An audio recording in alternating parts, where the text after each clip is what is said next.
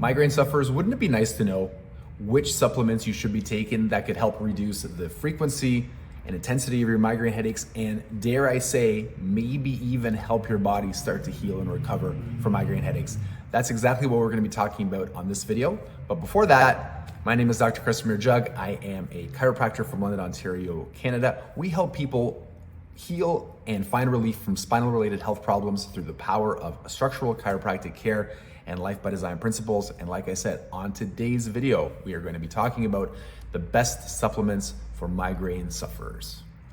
But before we get to that, there are a few things we need to discuss. The first is the new emerging model around migraine headaches. We used to believe that migraine headaches were caused by brain and head blood vessel dilation and contraction. So the previous model was the widening or the constricting of the blood vessels in your brain and your head that would cause and contribute to migraines. We're starting to move away from that and get into this model where migraines are based around nerve system sensitivity. What that means is if you're suffering from migraine headaches, and I recorded a video which I will write down to remember to link that video, where I discussed the new model in detail. But essentially what we're dealing with now is the more sensitive your nerve system is and the less adaptable it is, that's what we are learning now is causing and contributing to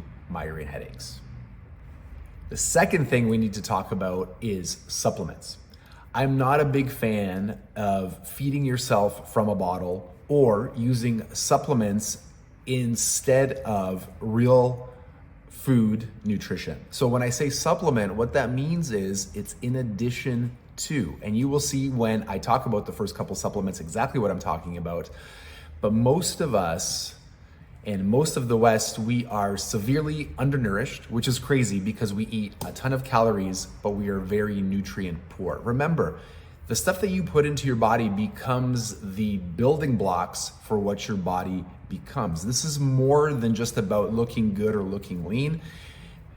This is about helping to create a body that is made from good materials, right? If you're trying to build a house and you have rotten wood, it's going to be hard to create a solid, sturdy, healthy house.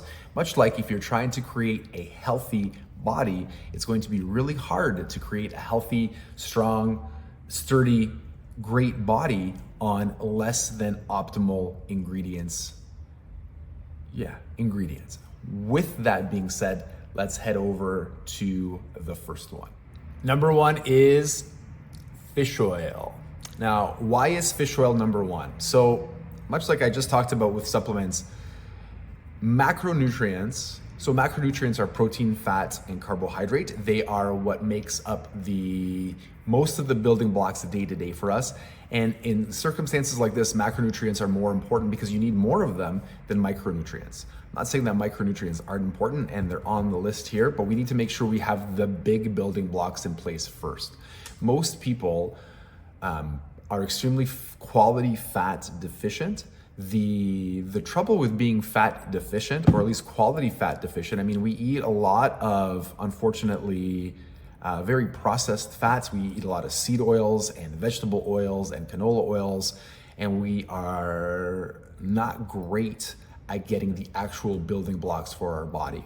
So what tends to happen with the omega-3s is because we consume so many omega-6s, we tend to put our body into an inflammatory state. By consuming omega-3s, what we're doing is we are balancing that ratio. That helps with inflammation control. It also helps your spine and your nerve system get the nutrients that it needs to function properly, to help restore and heal. So starting with a high quality fish oil is really you putting a good quality fat into your body, which will help your nerve system work better. Number two is another macronutrient, which is protein. Now, I have, and I love diesel protein. I wish they sponsored me. They don't. Now, I'm putting this up just to get you to understand that protein is important. I do drink protein powder. I don't love the idea of necessarily drinking protein powder. I would rather that you just get your protein in an adequate amount. And by an adequate amount, I'm saying you should be getting 1 gram per at least lean body weight, or 1 gram per pound of body weight per day. So that means if you weigh 150 pounds, you want to set your target to 150 grams of protein a day, preferably from real whole food sources. Now, why do you want to do this? Well, for the very same reason that I just talked about with fish oil. Protein is a macronutrient. It is responsible for healing, repair, regeneration of all of the tissues in your body. It is an absolute requirement for everything that we do on a daily basis. Unfortunately, we are, as a population, I'm not saying you specifically, although it might be you specifically too, but in general, the average person is severely protein deficient. It is hard for your body to heal and repair, particularly the nerve system, when there is not enough protein available. So please make sure you're getting your protein. If you cannot get it through your diet, the next best option is a high quality protein powder. But number 2, get your protein. Number 3, magnesium. I hope this isn't backwards for you guys. I'm looking at it and it's backwards when I'm filming. But number 3 is magnesium. Now, why magnesium? Now we're moving into the micronutrients, right? So magnesium is a micronutrient. We are deficient, and magnesium has been shown to help heal your brain and your nerve system. There's debate over what the best type is. I like the bisglycinate.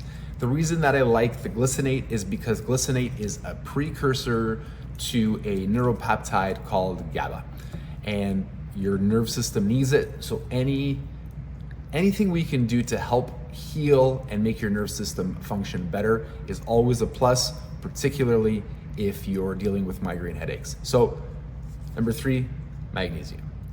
Number 4, I don't have it here at our office. I don't sell it. I still like it. I take it. It's coenzyme Q10, or I'm gonna mess this up, ubiquinone. No, I think I got it right. It's called ubiquinone. And the reason that it's called ubiquinone is because it is ubiquitous in our body. It is everywhere and it is needed everywhere. The way that it works is, what we know, is a very powerful anti-inflammatory. And when you don't have it, your body struggles to make it. So making coenzyme Q10 or ubiquinone available helps your body clear information, helps a lot of other processes as well. But when things are less inflamed, particularly your brain and your nerve system, they tend to work better, and there tends to be less sensitivities. Inflammation leaves very little breathing room for things to adapt correctly. Ubiquinone has been shown to help migraine sufferers by lowering inflammation and helping your body adapt. And number 5, last but not least, is curcumin, also found in turmeric, which is the yellow spice. Very similar to ubiquinone in the sense that it helps lower inflammation. And this is one of those ones, much like coenzyme Q10 or ubiquinone, that's been studied a lot. So there is a marked decrease in inflammation when you take it. So that's one that I will be recommending. That's it for the video for today. Those are the top 5 supplements you should be taking if you have migraines. Please like, share, and subscribe this video, and please share with anyone who you think needs to see it, because it will help them with migraine headaches. If you have any comments or questions, please leave them below. I would love to help. Hope you're having a great day, and we'll talk to you soon.